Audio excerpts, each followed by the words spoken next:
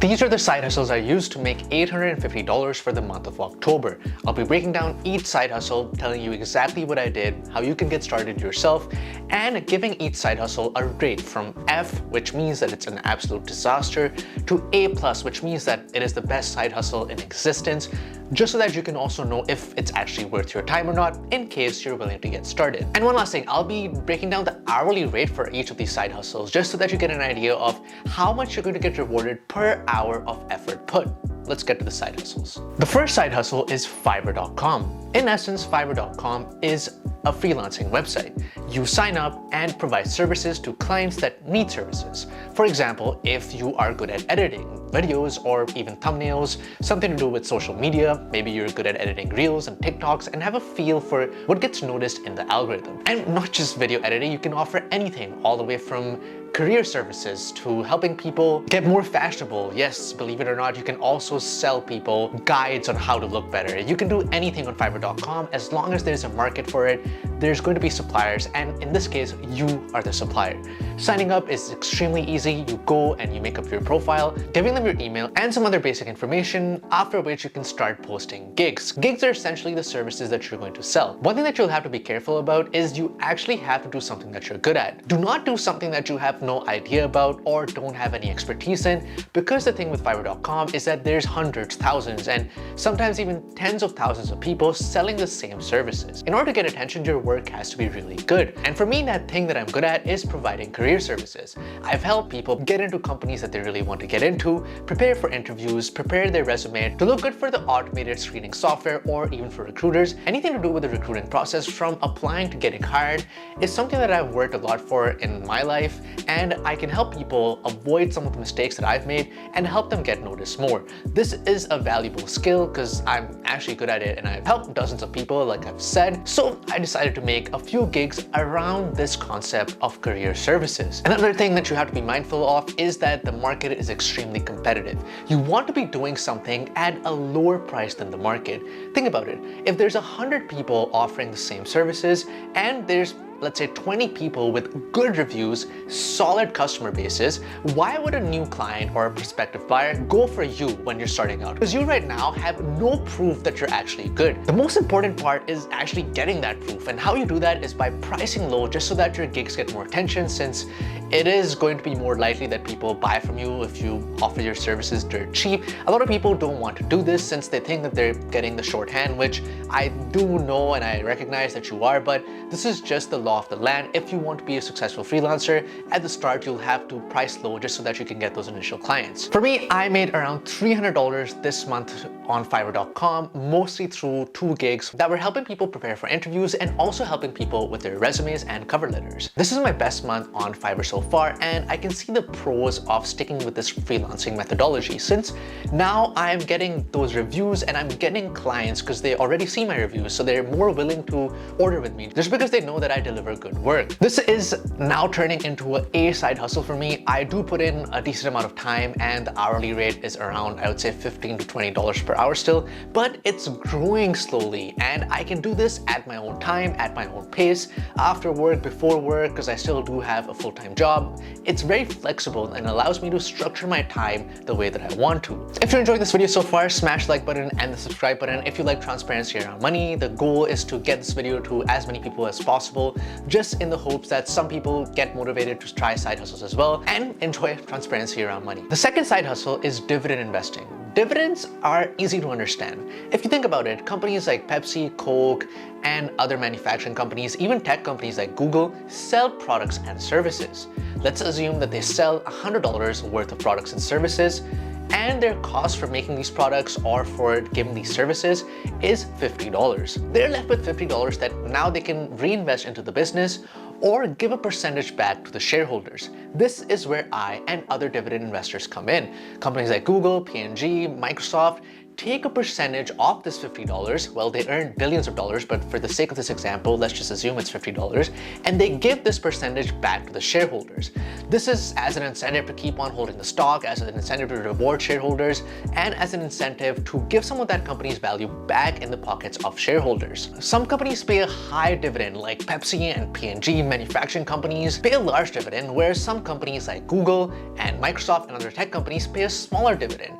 However, both ways, investing in either Microsoft or Pepsi guarantees you some sort of dividend. If you're wondering now, well, I don't really believe in individual companies. What if Microsoft goes bankrupt a year from now and all my money goes to waste? Well, this is where ETFs come in. ETFs, or exchange trade funds, hold a basket of companies. Let's take an example here and take the S&P 500. This is an ETF that holds 500 of the biggest companies in the United States of America. It holds companies from Microsoft all the way to manufacturing companies, financial companies, insurance companies. They hold a percentage of Microsoft. So if Microsoft has the largest market cap and is the biggest company in the economy, they'll hold a large percentage of Microsoft.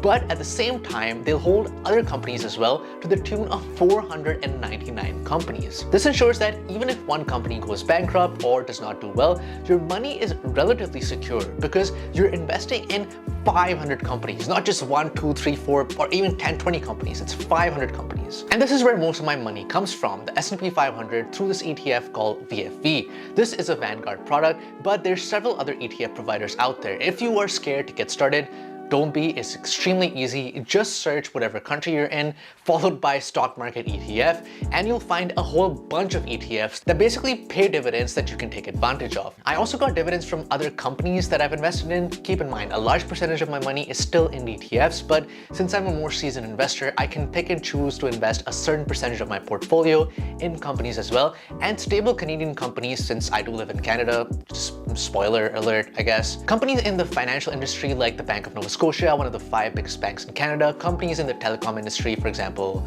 Bell, one of the 3 biggest telecom providers, also paid me a large percentage of dividends. The last part of my dividend portfolio is actually covered call ETFs. Now, covered calls might be a bit complicated to understand, but think of it this way. They sacrifice some long-term potential growth to give you income now.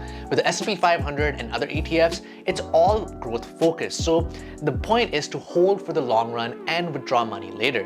But with covered call ETFs, they're income focused and give you that return now. There's advantages and disadvantages. You can search online if you actually like this form of investing. But for me, I particularly choose to invest in these because of the motivation factor. Seeing income come in every single month is just an extremely satisfying feeling and keeps me interested in saving, and it keeps me actually motivated to save because I like seeing that number go up. And this month alone, these covered call ETFs tracking the S&P 500 like we talked about, and the Canadian market, the TSX 60, paid me close to $200. Just for a 1 month, getting paid $200 just to invest in some stocks, I don't even know what to say at this point. Overall, I earned $513 this month through dividend investing. An insane amount and an ungodly amount of money. $500 is more than I actually spend on groceries every month. So theoretically, I could withdraw this from my bank account and pay for groceries. I just can't even comprehend this right now, but this is the power of dividend investing.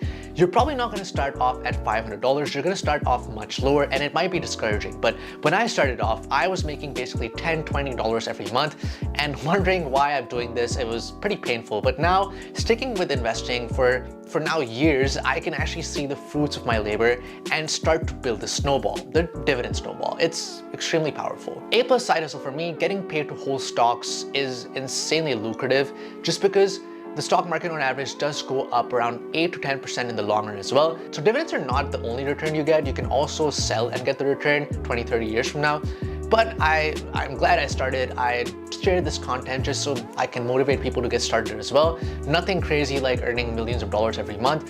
I earn $500. You might start at $100 a month, but it's about staying consistent and it's about sticking with the plan. So those were my 2 side hustles. Now let's talk about some failures, since I also think it's important to get that out. The first thing that I failed at was userinterviews.com. This is essentially a survey site. You sign up, you give them some information about yourself, and you can apply for surveys. These surveys pay anywhere from $30 all the way to, sometimes I've even seen $300. It's insane how much they can pay sometimes. But the thing is, you don't qualify for a lot of these. Sometimes you start filling the survey and you get to a point where they ask ask you a pre-qualifying question, and that disqualifies you because you're not the target audience that they're looking for. I spend time applying to around 6 to 7 of these at different points of the month, and I couldn't get a single survey. So I spent some time, I wasted time technically, but that's the thing with side hustles. Sometimes they work and sometimes they don't. But I think it's important to talk about it and be honest. And speaking of honesty, I also failed at one more thing this month, which is trying to flip on Facebook Marketplace.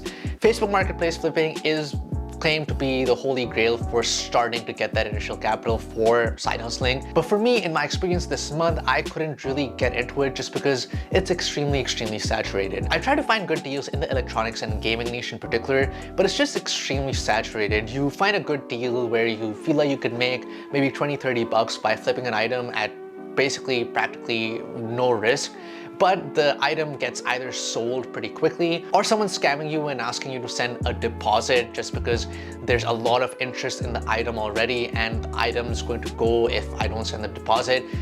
Total scam. Never do that if you're interested in flipping. Always see the item first and always meet up, ideally at a police station or something or close to one, just so that there's no scamming or shady business involved. But for me, I spent a couple hours trying to find deals, but just couldn't find any. So failed at one more thing. That's it. That's what worked for me in terms of the side hustles I actually succeeded at, and what failed for me in terms of what I tried and just couldn't get going. If you enjoyed this video, smash the like button and the subscribe button. Every subscriber helps get this video to the right people that are interested in learning how to make more money, interested in saving, investing, or just the general transparency around money online, since there are a lot of scams. Trust me, I live on the internet, the financial internet. There's a lot of scams.